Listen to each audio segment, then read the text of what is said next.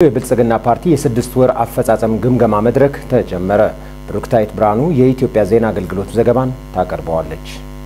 በመርሃ ግብሩ ላይ የፓርቲው ምክትል ፕሬዝዳንትና የዋናው ጽህፈት ቤት ኃላፊ አቶ አደንፋራን ጨምሮ የክልል ቅርንጫፍ ጽህፈት ቤት ኃላፊዎች ተገኝተዋል። በመድረኩ የፓርቲው ምክትል ፕሬዝዳንት አቶ አደንፋራ በአመለካከትና በተግባር የተዋሃደ አመራር በመፍጠር ቅቡልነት ያለው የሀገረ መንግስት ስርዓት ለመገንባት እንዲሁም የህዝቡን ተሳትፎ ተጠቃሚነትና ብሎም እርካታን ማረጋገጥ ዋና ዓላማው አድርጎ ፓርቲው በመንቀሳቀስ ላይ መሆኑን ገልጿል። በግምገማ መድረኩ ባለፉት 6 ወራት እንደ ፓርቲ ሁለንተናዊ ብልጽግናን ለማረጋገጥ በት ርቀት በጥልቀት እንደሚገመገም አንስተዋል። በተለይም በምርጫ ማግስት ለህዝብ ቃል የተገቡ ጉዳዮች የተፈጻሚነታቸው ደረጃ በምን አይነት እርከን ላይ እንደሚገኝ በአምስቱ ሀገራዊ የልማት የትኩረት መስኮች የተገኙ ውጤቶች የብሔራዊነት ትርክትን እንደ ሀገር ለመገንባት የተሄደባቸው ርቀቶች በልዩ ትኩረት ምልከታ እንደሚደረግባቸው አብራርተዋል። የፓርቲውን አፈጻጸም በጋራ መገምገም ያለበትን ደረጃ ለመለየትና በቀጣይ የተግባራትን ስኬታማነት ወደ ላቀ ደረጃ ለማድረስ እንዲሁም ውጤታማ የክትትልና ድጋፍ ስርዓት ለመዘርጋት የሚያስችል አቅም ለመፍጠር እንደሚያግዝም ጠቅሰዋል። በግምገማ መድረኩ ላይ በዘርፎች የተከናወኑ የ6 ወራት ሪፖርት በተለያዩ ክልሎች ውጤት የተገኘባቸው የፓርቲ ስራዎችና ተሞክሮች በሪፖርት መልክ እንደሚቀርቡ የፓርቲው መረጃ ያመለክታል።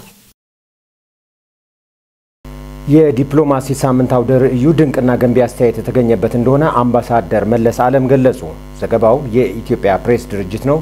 አሁንም ብሩክታይት ብርሃኑ የውጭ ጉዳይ ሚኒስቴር ቃል አቀባይ አምባሳደር መለስ ዓለም የፕላንና ልማት ሚኒስትር ዶክተር ፍጹም አሰፋና የሚኒስቴሩ ሰራተኞችን ዲፕሎማሲያችን ለብሔራዊ ጥቅማችን በሚል መሪ ቃል በሳይንስ ሙዚየም የተዘጋጀውን የዲፕሎማሲ ሳምንት አውደ ርዕይን አስጎብኝተዋል። በጉብኝቱ መጨረሻ ላይ አምባሳደር መለስ ዓለም እንደተናገሩት አውደ ርዕዩ የኢትዮጵያ የጥንትና የአሁንና የመጪው ዘመን የዲፕሎማሲ ታሪክ የሚያሳይ ነው። በዚህም ድንቅና ገንቢ አስተያየት ተገኝቷል ብለዋል። የአውደ ርዕዩ ዋና ዓላማ ኢትዮጵያ በአፍሪካውያንና በሌሎች ዓለም አቀፍ ተቋማት ውስጥ ባለፉት ዘመናት የነበራትን ሚና የገጠማትን ፈተናዎችና የታሪክ መሰረት እንዳለ ለማሳየት ነው ብለዋል። በተጨማሪም ኢትዮጵያ በባለ ብዙ ወገን ዓለም አቀፍ መድረኮች ፊት አውራሪ መሆኗን ለማሳየት ከለውጡ ወዲህ ያሉ የዲፕሎማሲ ትሩፋቶችን፣ የህዝብ ጽናትን፣ የመሪዎች ጥበብን፣ የወዳጆች ድጋፍና አጋርነት እንዴት ነበር የሚለውን የሚያሳይ አውደ ርዕይ ነው ብለዋል አምባሳደር መለስ። የመጪው ጊዜ ዲፕሎማሲ በጎና አሉታዊ ውጤት በሚገባ ለማሳየትም ስለተሞከረ ሁሉም ዜጋ እንዲጎበኝ ጥሪ አቅርበዋል። አያይዘውም የኢትዮጵያ ዲፕሎማሲ የሚመለከቱ ፎቶዎችና ሌሎች መረጃዎች ያሏቸው ግለሰቦችና ድርጅቶች ለውጭ ጉዳይ ሚኒስቴር መረጃዎችን ማቅረብ እንዲችሉ ገልጸዋል። ይህም ለቀጣይ ስራዎችና ለአውደ ርዕይ ዝግጅት ትልቅ ግብዓት ይሆናል ብለዋል። በከፋ ዞን ብልጽግና ፓርቲ ቅርንጫፍ ጽህፈት ቤት አስተባባሪነት ለአንዲት አቅመ ደካማ እናት የተገነባ የመኖሪያ ቤት ርክክብ ተፈጸመ። ለመኖሪያ ቤቱ ግንባታ ወጪ የተደረገው ገንዘብ ከፓርቲው አባላትና ሌሎች ምንጮች የተገኘ ነው ተብሏል። ዘገባው የባልደረባችን ሀብታሙ ወልደስላሴ ነው። የቁልፍ ርክክብ ያደረጉት ከፋ ዞን ዋና አስተዳዳሪ አቶ እንዳሻው ከበደ ባደረጉት ንግግር የአረጋውያንና የአቅመ ደካሞችን ቤት ማደስና መስራት በፓርቲ ትኩረት ተሰጥቶ እየተሰራ መሆኑን ገልጸው በቦንጋ ከተማ ባሉት ክልል ተቋማት 17 ቤትና በፌደራል ግብርና ኮርፖሬሽን አማካኝነት 5 ቤቶች መሰራታቸውን ማስታውሷል። መንግስት የጀመረውን የአረጋውያንና የአቅመ ደካሞችን ቤት መደገፍ ባህል በማድረግ ህብረተሰቡ እርስ በርስ መተባበርን ማጠናከር እንዳለበት የተናገሩት ዋና አስተዳዳሪ አቶ እንዳሻው ከበደ የወይዘሮ አሰለፈች ወልደ ሰማት በዞን ወረዳዎችና ከከተማ አስተዳደሮች ለስልጠና ዞን ማዕከል በመጡበት ወቅት ከኪሳቸው ባወጡት በ80 ሺህ ብር ነው ብለዋል። አረጋውያን የደከሙ አካላትን ቤት መጠገን መቻል አለብን። ምክንያቱም እኛ ያለን በንፋስ ሊመቱ የሚችሉበት ሁኔታ መኖር የለበትም። እኛ ያለን ጎርፍ በስራቸው ሊሄድ የሚችልበት በፀሐይ በዝናብ ይበደሉበት ሁኔታ መኖር የለበትምና ይሄን ብናረግ በጣም የተሻለ ነው ምን ነገር ነው ያለው። መንግስት እንግዲህ ይሄን ሲያደርግ ጀምሮ እንደተባለው ህብረተሰቡ ራሱ የተጋገዘ መኖር የሚችልበት ባህል መዳበር አለበት። አሁን ዝም ብሎ በማዘን ብቻ መታለፍ መሆን የለበትም። ለአንድ ሰው በጣም ከባድ ነው። ነገር ግን በርከት የምንል ከሆነ በጋራ ያሉ ጉለቶችን እያየን ትንሽ ቢሆን መጠነኛ ማሻሻያ ማድረግ የሚቻልበት ሁኔታ ይኖራል የሚል ነገር ነው ያለውና ለህብረተሰቡ ለአመራር አካላት አደራ የመስጠት ስራ ነው እየተሰራ ያለው። ስለዚህ ሌሎችም አሉ በጣም በርካታ ሰዎች አሉ እንደዚሁ ችግር ያለባቸውና ቢት ያው ተንካራ ነበሩ፣ ጎበዝ ነበሩ፣ ታታሪ ነበሩ፣ ባለሀብት ነበሩ። ነገር ግን በቆይታ ብዛት ደግሞ ያ ሁላችንም ወደዛ ነው የምንሄደው።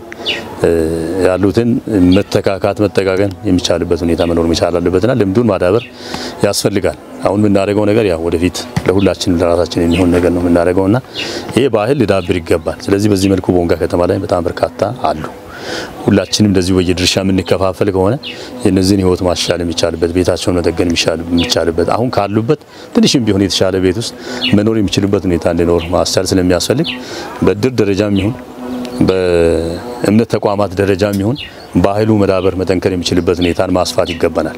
የከፋ ዞን ብልጽግና ፓርቲ ጽህፈት ቤት ኃላፊ አቶ አጥናፉ ኃይሌ ከቅርብ ዓመታት ወዲህ ፓርቲው የተለያዩ ለውጦችን እያስመዘገበ እንዳለና ከነዚህም ለውጦች መካከል ማህበራዊ ዘርፍ እየተመዘገበ ያለው ነው ብለዋል። ፓርቲው የያዘውን አቅጣጫ አጠናክሮ መቀጠሉን የተናገሩት አቶ አጥናፉ ኃይሌ የፌደራል የክልልና የዞን መንግስት በቦንጋ ከተማ የተለያዩ አረጋውያንና የአቅመ ደካሞችን ቤት እድሳትና አዲስ ቤት ሰርተው ማስረከባቸውን አስታውሶ ባለሀብቶችና ነዋሪዎችን በማስተባበር የመደጋገፍ ባህል ቀጣይነት ባለው ሁኔታ እንደሚቀጥልም ገልጸዋል። ፓርቲያችን ከቅርብ ዓመታት ወዲህ በበርካታ አጀንዳዎች ላይ ለውጥ ያመጣ ነው። እነዚህ ለውጥ የሚታይባቸው አጀንዳዎች ውስጥ አንዱ የዚህ የማህበራዊ ዘርፍ ስራ ነው። ከማህበራዊ ዘርፍ ደግሞ በተለይ አረጋውያንን አቅመ ደካሞችን መደገፍ ነው። ሰው ተኮር ፓርቲ ስለሆነ በዚህ ልክ ከላይ ከአዲስ አበባ ጀምሮ እስከ ታችኛው ክፍል ድረስ ብዙ ስራ እየተሰራ ነውና ይህንን ስራ ጀምረን ዛሬ እናታችንን ወደዚህ ቤት ለማሸጋገር ቁልፍ ለማስረከብ በተያዘው ፕሮግራም ላይ እንኳን ደህና መጣችሁ ለማለት እፈልጋለሁ። ይህን ስራ ስንጀምር ያው በርግጥ እኛ ዞን ውስጥ ወይም ቦንጋ ከተማ ውስጥ በርካታ ስራዎች ይሰራሉ። በተለይ እንደዛ አይነት ያረጋውያንን ቤትን የመጠገን አዲስ የመስራት ስራ ብዙ ተሰርቷል በተከታታይ አመታት። አሁን በዳታ ቢወሰድ እዚህ ቦንጋ ከተማ ብቻ ብዙ ቤቶች ተሰርተዋልና እነዚህ ቤቶች እየተሰሩ ያሉት ብዙን ጊዜ በባለሀብትኛ አካባቢ አልተለመደም። የከፋ ዞን አስተዳደር አምና ቤት ሰርቶ እንደዚሁ አስረክቧል ለአረጋውያን። የክልሉ መንግስት እዚህ አካባቢ ያለው የመንግስት መስሪያ ቤቶችም በተመሳሳይ የክልል እዚህ ቦንጋ ማዕከል ያደረጉ መስሪያ ቤቶች ሰርቶ አስረክበዋል። ፌደራልም በጣም ደረጃውን የጠበቀ ቤት እንደዚሁ 5 ቤት እየሰራ ነው። ለርክክብ የደረሱም አሉ። በአጠቃላይ እነዚህ ነገሮች ስናይ ከዚህ በፊት ችግርተኛ ስለሌለ አይደለም፣ ሐሳብ ነው ዋናው። ሁሉም በየአካባቢው ሁሉም በየመንደሩ እኛ የተሻለ ቤት ሰርተን የማያፈስ ቤት ሰርተን ቤት ከሰራን በኋላ የተሻለ ኮርኒስ አድርገን እየኖርን በሚያፈስ ቤት ውስጥ የሚኖሩ እናቶች አባቶች ደጋፊ የሌላቸው ጠያቂ የሌላቸው አሉና እነሱን ማሰብ ትልቅ ጸጋ ነውና በዚህ ልክ የተጀመረው ስራ ተጠናክሮ ቀጥሏል። የቦንጋ ከተማ አስተዳደር ብልጽግና ፓርቲ ጽህፈት ቤት ኃላፊ አቶ ሙላለም መምሩ በበኩላቸው ብልጽግና ፓርቲ ሰው ተኮር ፓርቲ በመሆኑ መደጋገፍን መሪ በማድረግ የከፋ ዞን ብልጽግና ፓርቲ የወረዳና የከተማ አስተዳደር መዋቅር አመራሮችን በማስተባበር ላደረገው ድጋፍ ምስጋናቸውን ችረዋል። ፓርቲያችን ብልጽግና ሰው ተኮር ፓርቲ ነው። ቅድሚያ የምንሰጠው ለሰው ልጅ ነው። ሰው ሲኖር ነው ሌላው ነገር ሊከተል የሚችለው። ቅድሚያ የምንሰጠው ለሰው ልጅ ነውና ሰው ተኮር በሆነ ፕሮግራሙ አቅመ ደካሞችን ትናንት አቅም የነበራቸው ከእድሜ ጋር ተያይዞ አቅም ያጡ የመጡ እናቶችን አባቶችን በመርዳት ከለውጡ በኋላ ብዙ አቅመ ደካሞች እንዲደገፉ እንዲታገዙ የእርስ በርስ መተጋገዝ መደጋገፍ በህዝባችን መካከል እንዲኖር የተሰራ ስራ ቀላል አይደለም። ይህን የህዝብ ተኮር ፕሮግራም መነሻ በማድረግ የከፋ ዞን ብልጽግና ፓርቲ በ2015-16 የክረምት በጎ ፕሮግራም የእናታችንን ቤት ከፍለፍታችን ምናውን ቤት ሰርቶ ዛሬ ለማስመረቅ ላይ በቅቷል። በመጨረሻም ስራውን ሲከታተሉና ሲያስተባብሩ የነበሩ የቦንጋ ከተማ አስተዳደር ብልጽግና ፓርቲ አደረጃጀት ዘርፍ ኃላፊ አቶ ካሳሁን ከበደ የስራውን ዝርዝር መረጃ በማቅረብ ለስራው ስኬት የተባበሩት ማህበረሰብ ክፍል ያመሰገኑ ሲሆን ለወይዘሮ አሰለፈች ወልደ ሰማዕት በወጣቶችና በሸታ ቀጠና የተለያዩ ድጋፍ መደረግንም ገልጸዋል። የደቡብ ምዕራብ ኢትዮጵያ ህዝቦች ክልል ምክር ቤት ቋሚ ኮሚቴ ሰብሳቢዎች የተመራ የሥራ ኃላፊዎች ቡድን በከፋ ዞን ቢጣ ወረዳ የመስክ ምልከታ አደረገ። ዘገባው የወረዳው የመንግስት ኮሙኒኬሽን ጉዳዮች ጽህፈት ቤት ነው። ተጨማሪውን ተከታትለን እንመለስ።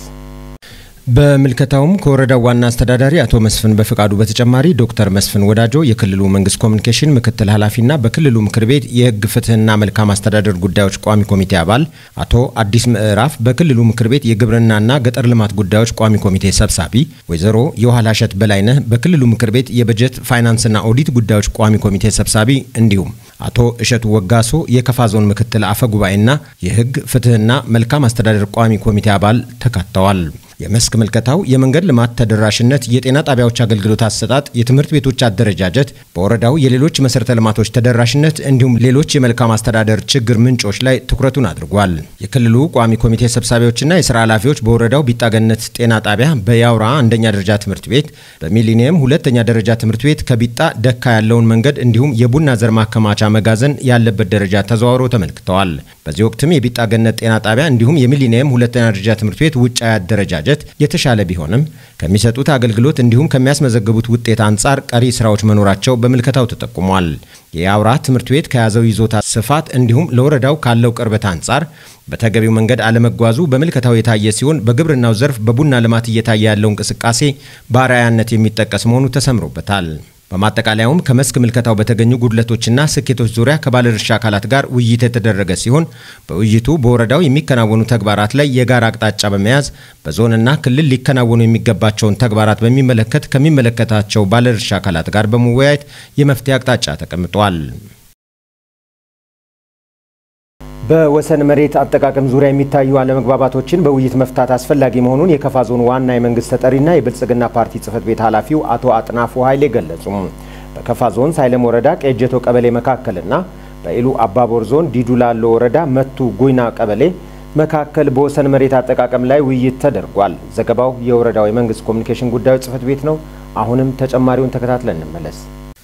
በሳይለም ወረዳ ቀጀቶ ቀበሌና በኦሮሚያ ክልል ኢሉ አባቦር ዞን ዲዱላሎ ወረዳ የሚኖሩ ህዝቦች ለዘመናት የአብሮነትና የመቻቻል ተምሳሌት የሆኑ ህዝቦች ሲሆኑ በመካከላቸው መለያየትን ለመፍጠርና አብሮነትን ለመናድ የሚሰሩ ግለሰቦች ግጭቶችን ለመፍጠር ሌት ተቀን እየሰሩ ነው።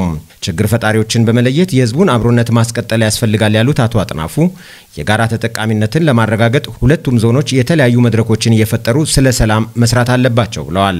በውይይቱ ላይ የተገኙት የከፋ ዞን ምክር ቤት ዋና አፈ ጉባኤ አቶ ግርማ ደፋር በበኩላቸው የሁለቱን ህዝቦች የዘለቀ ሰላምና ማህበራዊ ትስስር ለማስቀጠል በልማት ማስተሳሰር እንደሚገባ አሳስበዋል። የሁለቱም ወረዳ ህዝቦች እርስ በእርስ የሚረዳዱና ማህበራዊ ኑሮን የሚጋሩ በመሆናቸው በወሰን መሬት አጠቃቀም ዙሪያ የሚነሱ ችግሮችን በመነጋገርና በውይይት መፍታት አስፈላጊ መሆኑን ተናግረዋል። በውይይቱ ላይ የኢሉ አባቦር ዞንና የከፋ ዞን ከፍተኛ አመራሮች፣ የወረዳ አስተዳዳሪዎች፣ የሀገር ሽማግሌዎችና አባገዳዎች የተገኙ ሲሆን በወሰን መሬት ተጠቃሚነት ላይ በጊዜያዊነት የተፈጠረውን አለመግባባት በውይይት መፍታት እንዲያስችል ኮሚቴ በማዋቀር ውይይቱ ተቋጭቷል። የየመን ሁቲዎች በአሜሪካ መርከብ ላይ የሚሳኤል ጥቃት አደረሱ። ማርሸት ሰይፉ የቢቢሲን ዘገባ ተመልክቶታል። የመካከለኛው ምስራቅ የአሜሪካ ማዘዣ ማዕከል ጥቃቱ በየመን ጠረፍ አካባቢ መፈጸሙን አምኖ ነገር ግን የከፋ ጉዳት እንዳልደረሰ አብራርቷል። የማርሻል አየርላንድ አርማን የያዘው ይህ መርከብ ጉዞውን በኤደን ባህረ ሰላጤ ቀጥሏል። በኢራን ይደግፋል ለሚባሉት ሁቲዎች በቀይ ባህር አካባቢ የባህር ጉዞን ማስተጓጎል የጀመሩት እስራኤል በጋዛ እየፈጸመች ያለውን ጥቃት በመቃወም ነው። ኤግል በልክ የተሰኘው የመርከብ ድርጅት እንዳለው መርከብ ብረት ጭኖ በኤደን ጠረፍ 1600 ኪሎ ሜትር ርቀት ላይ የተጓዘ ነው ጥቃቱ የደረሰበት። ጥቃቱ ያደረሰው ጉዳት መጠነኛ ስለነበረ መርከቡ ጉዞውን ቀጥሏል ብሏል ኩባንያው። አሜሪካ እንዳለችው ከዚህ የሚሳኤል ጥቃት አንድ ሰዓት ቀደም ብለው ሌላ ሚሳኤል በሁቲዎች እየተተኮሰ ቢሆንም በአሜሪካ ተዋጊ ጄቶች አየር ላይ እንዲመክን ሆኗል። ይህ ሚሳኤል ኢላማ አድርጎ የነበረው በቀይ ባህር የአሜሪካ ባህር ኃይልን ነበር። ሁቲዎች የንግድ መርከብ ላይ ጥቃት መሰንዘራቸውን እንደሚቀጥሉም ዝቷል። ሆኖም ጥቃቶቹ በሁሉም የንግድ መርከቦች ሳይሆኑ ከእስራኤል ጥቅም ጋር የተሳሰሩ ላይ ብቻ እንደሚሆን ተናግረዋል። ሁቲዎች ጥቃቱ የሚቀጥሉት እስራኤል በጋዛ በሐማስ በንጹሃን ላይ የምትፈጽመውን ጥቃት እስከቀጠለች ድረስ ነው። በዩኬ ባህር ኃይል ይህ ጅብረላተር ኤግል መርከብ ከእስራኤል ጋር ምንም አይነት ግንኙነት እንደሌለው አረጋግጫለሁ ብሏል። ሁቲዎች በሰጡት ምላሽ ደግሞ የአሜሪካ ማንኛውም ጥቅም ላይ ጥቃት እንሰነዝራለን ብለዋል። ናስር አልዲን የተባሉ የሁቲ ከፍተኛ ባለስልጣን የአሜሪካ የሆነ መርከብ ሁሉ ጥቃት ሊሰነዘርበት ይገባል ብለዋል። ወደ ስፖርት ዜናዎች አለፍን። የ23 የፊፋ የዓመቱ ምርጥ ግብ ጠባቂ ዘርፍ ብራዚላዊው የማንቸስተር ሲቲ ግብ ጠባቂ ኤደርሰን መመረጡ ይፋ ተደረገ። የማንቸስተር ሲቲ ግብ ጠባቂ ኤደርሰን ከማንቸስተር ሲቲ ጋር የሶስትዮሽ ዋንጫን ማሸነፍ መቻሉ ይታወሳል። በአሰልጣኞች ዘርፍ የማንቸስተር ሲቲው አለቃ ፔፕ ጋርዲዮላ የዓመቱ ምርጥ አሰልጣኝ ተብለው በአብላጫ ድምጽ ተመርጠዋል። ከማንቸስተር ሲቲ ጋር የሶስትዮሽ ዋንጫን ማሳካት የቻሉት አሰልጣኝ ፔፕ ጋርዲዮላ ከሽልማቱ በኋላ ተጫዋቾቼን ማመስገን እፈልጋለሁ፣ ሽልማቱን ከክለቡ ጋር እጋራለሁ ብለዋል።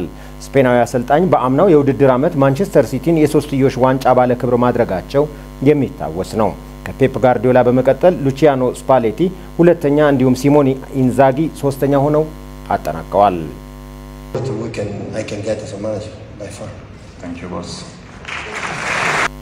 በሌላ የፊፋ ዜና ሊዮኔል ሜሲና ቦንማቲ የፊፋ ምርጥ ተጫዋቾች ሆነው ተመረጡ። ጥር 6 2016 ዓ.ም ምሽት በተካሄደው የፊፋ 2023 ምርጥ ሽልማት መርሃ ግብር የአርጀንቲና ብሔራዊ ቡድን አምበል ሊዮኔል ሜሲን ምርጥ ብሎ መምረጡን ፊፋ በድረገጹ አስታውቋል። የአል አይን ዘገባ ነው። ተጨማሪውን ተከታትለን እንመለስ። Council de la FIFA y una dos veces campeona mundial. Fíjate que Mbappé con 25 años. Lionel Messi, otra vez, qué probar. Muy bien. ¿Qué va a hacer? Sigan participando. ከፈረንጆቹ ታህሳስ 2022 እስከ ነሐሴ 2023 ድረስ ባለው ጊዜ ውስጥ ነው ምርጥ የወንድ ተጫዋቾች ልየታው የተካሄደው። ሜሲ በ2022 ያገኘውን የፊፋ ምርጥነት ሽልማት ማስጠበቅ ችሏል። ፊፋ እንደገለጸው ሜሲ ይህን ስመጥር ሽልማት ያሸነፈው በውድድሩ የመጨረሻ እጩ ሆነው ከቀረቡት ኤርሊንግ ሃላንድ እና ክሊያን ምባፔ ልቆ በመገኘቱ ነው። በለንደን በተካሄደው ዘ ቤስት ፊፋ ፉትቦል አዋርድስ ላይ ሜሲ ያስመዘገባቸው ስኬቶች ተነስተዋል። ሜሲ የብሔራዊ ቡድን አሰልጣኞች፣ አምበሎች፣ ባለሙያ ጋዜጠኞችና በመላው ዓለም የሚገኙ ደጋፊዎች በተሳተፉበትና ብርቱ ፍክክር በተካሄደበት ምርጫ ነው አንደኛ ሆኖ የተመረጠው። በኳታር አዘጋጅነት የተካሄደው የዓለም ዋንጫ አሸናፊ ሜሲና በኖርዌይ ዓለም አቀፍ ተጫዋች ሃላንድ መካከል የነበረው ውድድር በኩል 48 ነጥብ ላይ ቆሞ የነበረ ቢሆንም የብሔራዊ ቡድን አሰልጣኞች ለሜሲ የሰጡት የመጀመሪያ ጥቆማ በመብለጡ ሁለቱን ለመለየት አስችሏል። ፈረንሳዊው አጥቂ ምባፔ ደግሞ በ35 ነጥብ ሶስተኛ ደረጃ ተሸላሚ ሆኗል። የሽልማት ውድድር ላይ የዓለም ዋንጫ አሸናፊዋ የ25 ዓመቷ አይታና ቦንማቲ በሴቶች የፊፋ ምርጥ ተጫዋች ሽልማትን አሸንፋል። ሪኖ ከሮማ አሰልጣኝነት መባረራቸው ተሰማም። ለስንብታቸው የቡድኑ ውጤት ማጣትና ከዳኞች ጋር የሚፈጥሩት አለመግባባት ምክንያት እንደሆነ ተገልጿል። ሮማ በሴሪያው ካደረጋቸው የመጨረሻዎቹ 6 ጨዋታዎች አንዱን ብቻ ማሸነፍ የቻለ ሲሆን በኮፓ ኢታሊያም በላዚዮ መሸነፉ አይዘነጋም። ሮማ አሁን ላይ በሴሪያው ከመሪው ኢንተር ሚላን በ22 ነጥቦች ርቆ ይገኛል። የጆዜ ሞሪኖ መሰናበት ምናልባትም የስፖርቱ ባለስልጣናት እፎይታን እንዲያገኙ ያስችላል ተብሏል። ፖርቹጋላዊ አሰልጣኝ በፈረንጆቹ 23-24 የውድድር ዘመን 5 ቀይ ካርዶችን ያገኙ ሲሆን በ22-23 የውድድር ዘመን ደግሞ 3 ቀይ ካርዶችን ማግኘታቸው ይታወሳል። በፈረንጆቹ መጋቢት 23 በሴሪያው የውድድር ዘመን ከየትኛውም ተጫዋች የበለጠ ቀይ ካርድ የተሰጣቸው አሰልጣኝ መሆናቸውን ቢቢሲን ጠቅሶ ፋና ዘግቧል።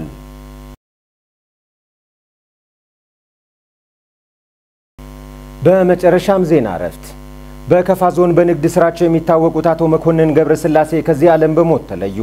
ከአባታቸው አቶ ገብረስላሴ ኃይለ ሚካኤልና ከእናታቸው ከወይዘሮ አስካለ ጋዎ በ1951 ዓ.ም በቡንጋ ከተማ 03 ቀበሌ የተወለዱት አቶ መኮንን እድሜያቸው ለትምህርት ሲደርስ የመጀመሪያ ደረጃ ትምህርታቸውን ከአንደኛ እስከ 6ኛ ክፍል በቀድሞ አጼ በደ ማርያም አንደኛ ደረጃ ትምህርት ቤት እንዲሁም የሁለተኛ ደረጃ ትምህርታቸውን በቀድሞ ሸታ አጠቃላይ ሁለተኛ ደረጃ ትምህርት ቤት ተምረው በ1973 ዓ.ም የሁለተኛ ደረጃ ትምህርታቸውን አጠናቀዋል። አቶ መኮንን ከትምህርታቸው ጎን ለጎን ሲያከናውኑ ወደ ነበሩበት የንግድ ዓለም ሙሉ በሙሉ የተቀላቀሉት ትምህርታቸውን ካጠናቀቁ በኋላ ነው። አቶ መኮንን ገብረስላሴ በተሰማሩበት የንግድ ዘርፍ በተለያዩ ጊዜያት ያጋጠማቸውን ፈተና በአሸናፊነት በማለፍ ላለፉት 40 ዓመታት ህይወታቸው እስካለፈበት ድረስ ለሌሎች የጥንካሬና የስኬት ተምሳሌት በመሆን ማለፍ የቻሉ ታላቅ ሰው ነበሩ። አቶ መኮንን ገብረስላሴ በህይወት ዘመናቸው የ4 ወንድና 3 ሴት በድምሩ የ7 ልጆች አባት ናቸው።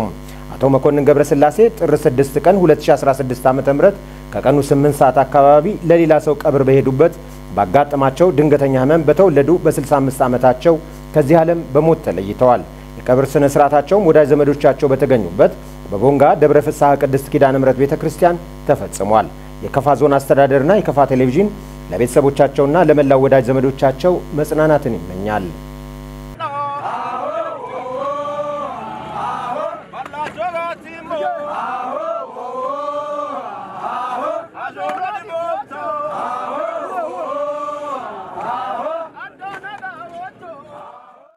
ክቡራን ተመልካቾች ከከፋ ቴሌቪዥን ለሰዓቱ ያዝናቸው ዜናዎች እስካሁኖቹ ነበሩ። ዜናዎቹን እየመራው ክፍለ ያለሙ ቆይታ አድርጌያለሁ። ቀሪ ጣቢያችን መሰናዶች ይቀጥላሉ። በእኔ በኩል ሰላም።